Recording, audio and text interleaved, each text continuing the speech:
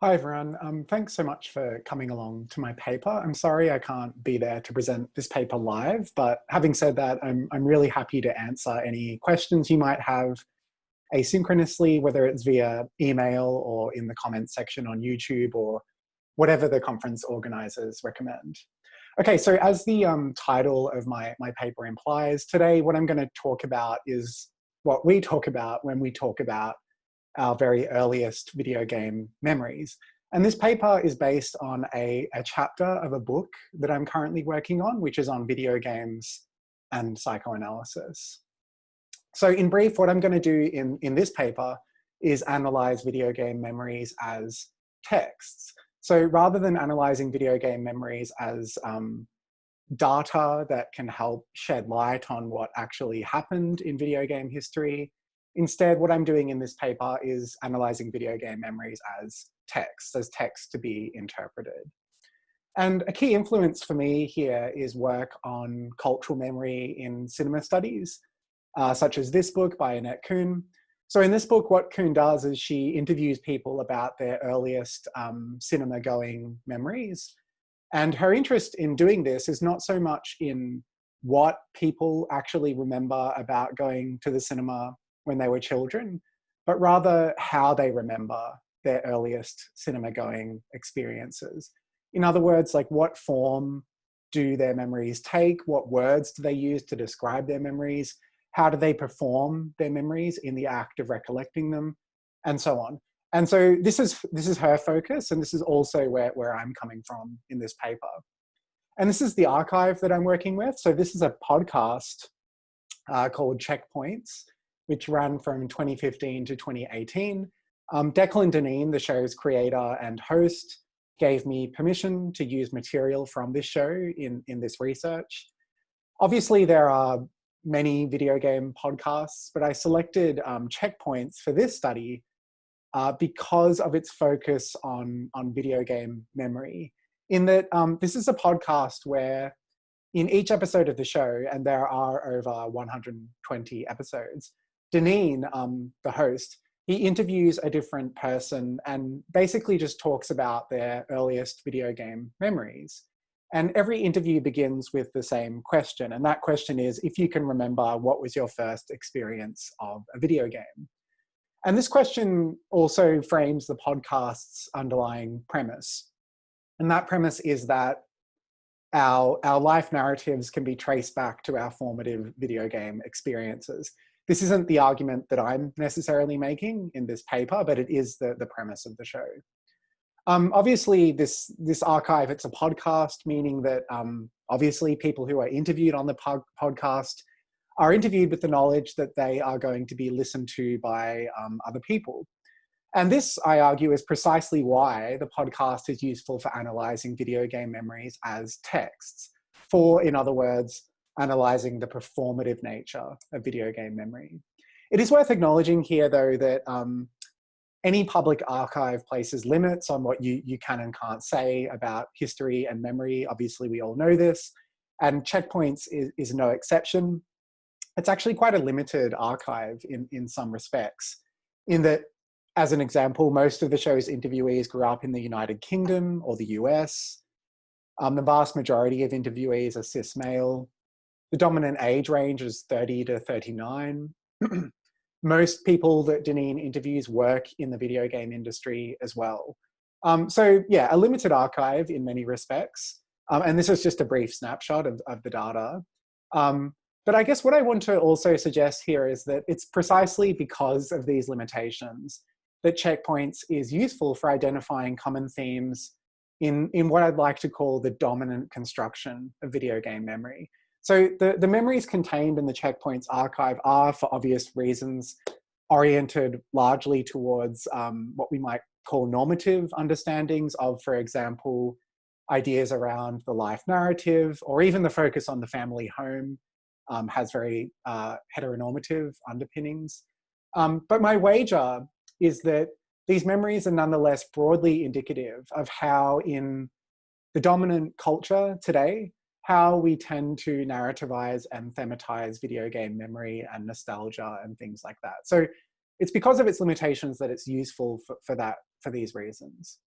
And I should also note here that although, sorry, you can't quite see that dot point, but I should note that although many of Deneen's interviewees are household names in video game culture, and he actually interviews quite a few game studies academics who we would all know, many of the people he interviews are simply his friends, musicians, comedians, people who work in the video game industry in various capacities who we might not really be aware of.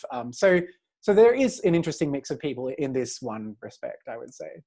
Okay, so in the chapter version of this paper for the book that I'm working on that I mentioned, what I do is I identify 5 memory themes that come through, I think, really prominently in the interviews in the Checkpoints podcast. Originally, my plan in this paper was to discuss all 5, but obviously this was much too ambitious. So now what I'm going to do is focus really on these first 2 themes here that I've got listed. And my argument that I really want to make in discussing these themes is that although the content of video game memory differs depending on the person being interviewed, obviously everyone has different memories, there are nonetheless common patterns in how, again, how rather than what, people remember their earliest video game experiences. I mentioned before that this research is also coming from a book on video games and psychoanalysis. To clarify, I'm not going to be psychoanalyzing individual people. That would be deeply inappropriate, obviously.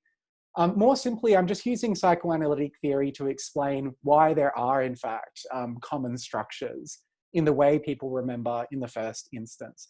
We can discuss and debate the merits of psychoanalysis all day, but I'll leave that for another discussion. Okay, so I'm going to begin with this theme of what I'm calling the fantasy of the first video game encounter. So clearly the first video game memory, the first video game experience is an important theme in the show itself, given that all interviews start with that question, what was your first experience of a video game? And someone who gave me feedback on this paper commented that, you know, isn't this just further evidence of video game history's obsession with what came first? And in many ways, yes, it absolutely is. But the point I want to make here, and this is what is, I think, perhaps the most important thing I want to say in this paper, is that the first experience in video game memory is defined not by its presence in memory, but by its absence. So it's a missing memory, the first encounter, in that most interviewees simply cannot remember their first video game experience. But even though this is the case, even though there is this absence nonetheless gives shape to the phantasmatic structure of video game memory. Even though it can't be remembered, it has such a prominence in video game memory. Because most interviewees can't actually recall the first video game they played, they tend to instead describe the general feelings they associate with the moment they first became aware of the existence of video games. So the first encounter is often associated with the mind-blowing, magical, intoxicating moment, a moment of what I'm going to call affective revealing. And for most, the first encounter is mediated through the presence of others. So the interviewees describe memories of parents bringing video games home from work. They describe early memories of watching siblings play video games before they themselves played them. They describe hearing about video games, reading about video games, fantasizing about video games, rather than experiencing them firsthand. And this is extremely important as well. So one interviewee, for example, recalls being at a social club and seeing a Space Invaders arcade cabinet for the first time. So he says there was a big, tall cabinet thing. Everyone was gathered around it. There were loads of people making a fuss about it. It was this kind of monumental event in his life. And he and several other interviewees, actually, this is a funny pattern. I mean, it happens a few times. It's not a common pattern, but interestingly to note, he compares Space Invaders to the monolith in 2001. So this monolith sort of arriving and having this kind of monumental effect on him. And then in the memory itself, the arcade cabinet is kind of revealed to him as a video game through the help of his father. So he remembers his father lifting him up so he could see the screen. And this, he claims, was definitely the first time he ever saw a video game. And interestingly, this is one of the few interviewees who actually claims that he can remember his first video game experience. And this moment of affective revealing, of video games being revealed in a really monumental way, in a very performative way in the act of recollecting as well, is described in a similar way by interviewees who grew up also in the 80s and the 90s. So it's not just something experienced by people who grew up when video games were a relatively new thing, historically speaking. Another interviewee describes memories of seeing her father frequently disappear behind the family TV set in order to repair that TV set.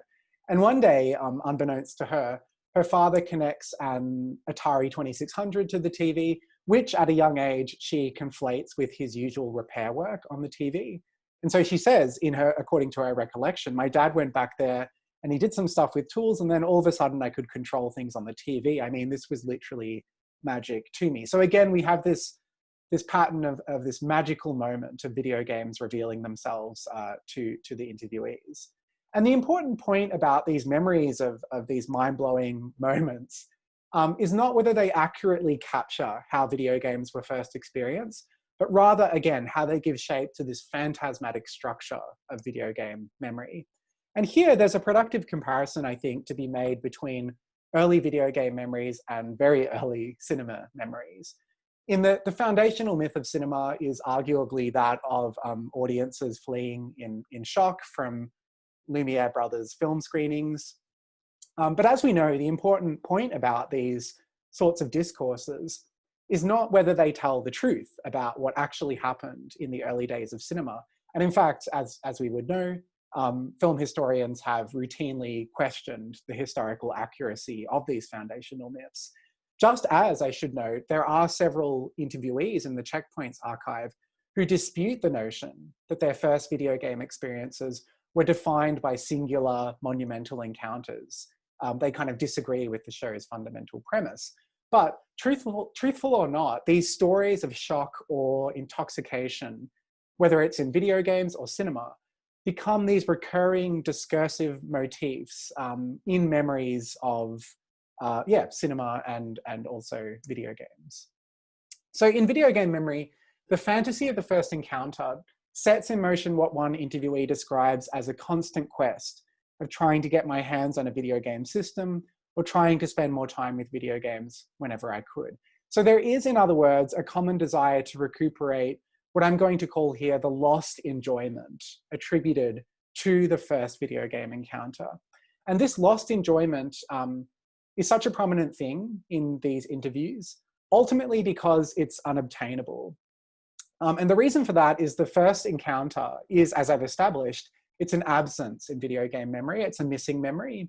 But by investing in the fantasy that this lost enjoyment could be recuperated, the first encounter becomes increasingly reified in video game memory and then becomes that kind of structuring element.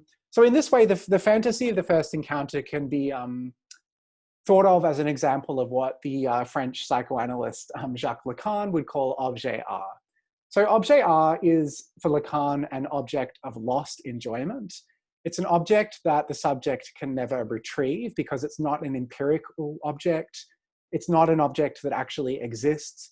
It's an object that is sacrificed into existence as a result of the subject's inauguration as a speaking being. But it's nonetheless a missing object that causes the subject's repetitive drive to satisfy their desire. So this is a very psychoanalytic concept. The basic idea here, though, is that the first encounter, I argue, gains its phantasmatic status in video game memory, its status as the objet art of video game memory, because it narrates a scenario where an enjoyment was once in the subject's possession but subsequently lost. The object of lost enjoyment, which in this case is the first video game experience, can't possibly be retrieved, it can't be recaptured, it can't even be remembered. But by virtue of its absence, it sets desire in motion and it gives shape to the phantasmatic structure of video game memory. Okay, so related to the first video game encounter, another common theme in the Checkpoints archive is the presence of what Lacan would call big others in video game memory, or figures of social authority in a more colloquial sense. So early video game memories are very often anchored to the presence of these figures of social authority. And these figures are usually, but not always, paternal and maternal. And these figures play important roles in people's earliest video game memories. Paternal and maternal figures figure prominently in early video game memories, and they tend to perform similar roles in early video game memory. So paternal and maternal figures enable and or prohibit access to video games. They're indifferent and or skeptical towards the interviewee's love of video games. They connect with the interviewee through video games, so a kind of bonding memory is there through video games. Sorry, you can't see that either, but what that says is that a common theme is that these paternal and maternal figures possess privileged access to the lost enjoyment attributed to the first video game encounter. So paternal figures, okay, actually what I want to say here is that even though there are common themes, there are also important differences in how paternal and maternal figures are portrayed in video game memory. So paternal figures are often remembered for being early adopters, for bringing video games home from work, for being obsessed with technology and tinkering. So very gendered memories here. One interviewee comments that my childhood game collection was basically games that my dad wanted. He had money and I didn't, so I played whatever he bought. And so this trope feeds into a broader mythology of father figures providing access to tools and technologies, usually to their sons. It's no surprise here that it's mostly men who are interviewed in the Checkpoints archive. They provide these tools and technologies through this kind of patriarchal lineage. A lineage that, in the act of remembering for the interviewee, often represents a dual desire to both bond with but also disconnect from the father figure. Maternal figures are often absent from a lot of the video game memories in the Checkpoints archive, but when they do appear, they are usually portrayed as figures who actually play video games or display an interest in video games, as opposed to simply making them available. They do make video games available by, for example, bringing them home from work, but the maternal act of making video games available tends not to be framed through the lens of paternal bonding or patriarchal lineage, but rather through metaphors of nurturance, sacrifice, and excessive acts of generosity, as you can see here. I might just skip that slide rather than reading those out. Paternal and maternal figures, fathers and mothers, they're not the only authoritative figures to appear in video game memory in this way. One interviewee, for example, recalls witnessing at a young age an arcade operator replacing a cabinet in the local arcade. And this person in his memory takes on this status of a big other. You can read this quote here, but he's basically just shocked by this arcade operator who takes on this larger than life status in his memory. You know, he would carry arcade machines on his back, apparently, because he was an actual wealth monolith with hands like shovels. So these figures, I'm going to argue, these big others, take on a revered status in interviewees' early video game memories. And the reason for this is that I think often these figures of authority appear in video game memory as people who are unrestricted by the usual barriers that prohibit access to video games. So interviewees often remember being really frustrated by being unable to access video games, whether it's because of parental prohibition or money or mobility or whatever it might be. Yet it's these older figures, these larger than life figures who appear in video game memory who seem to possess a privileged access to that enjoyment that the child already feels that they've lost in the first video game encounter. I hope that makes some level of sense. So now I just want to summarize what I've talked about in the last 30 seconds. And I stress here that this is a bit of a work in progress and only a brief snapshot of what I've got in the paper as a whole, or in the chapter that this paper is based on. So firstly, I'm arguing that video game memories aren't simply mental records of what happened in the past. They're also texts to be interpreted, particularly when they're performed in places like podcasts. The Checkpoints archive is premised on the fantasy of the first video game encounter. The first encounter can be rarely traced back to a particular memory, but it nonetheless takes on the status of what I'm calling an object R, an object of lost enjoyment that the subject repeatedly attempts and fails to recuperate, but one that ultimately gives shape to this phantasmatic structure of video game memory. Typically, early video game memories are anchored not to particular video games, but rather to figures of authority who enable and/or prohibit access to the medium. And this is the final thing I'll talk about.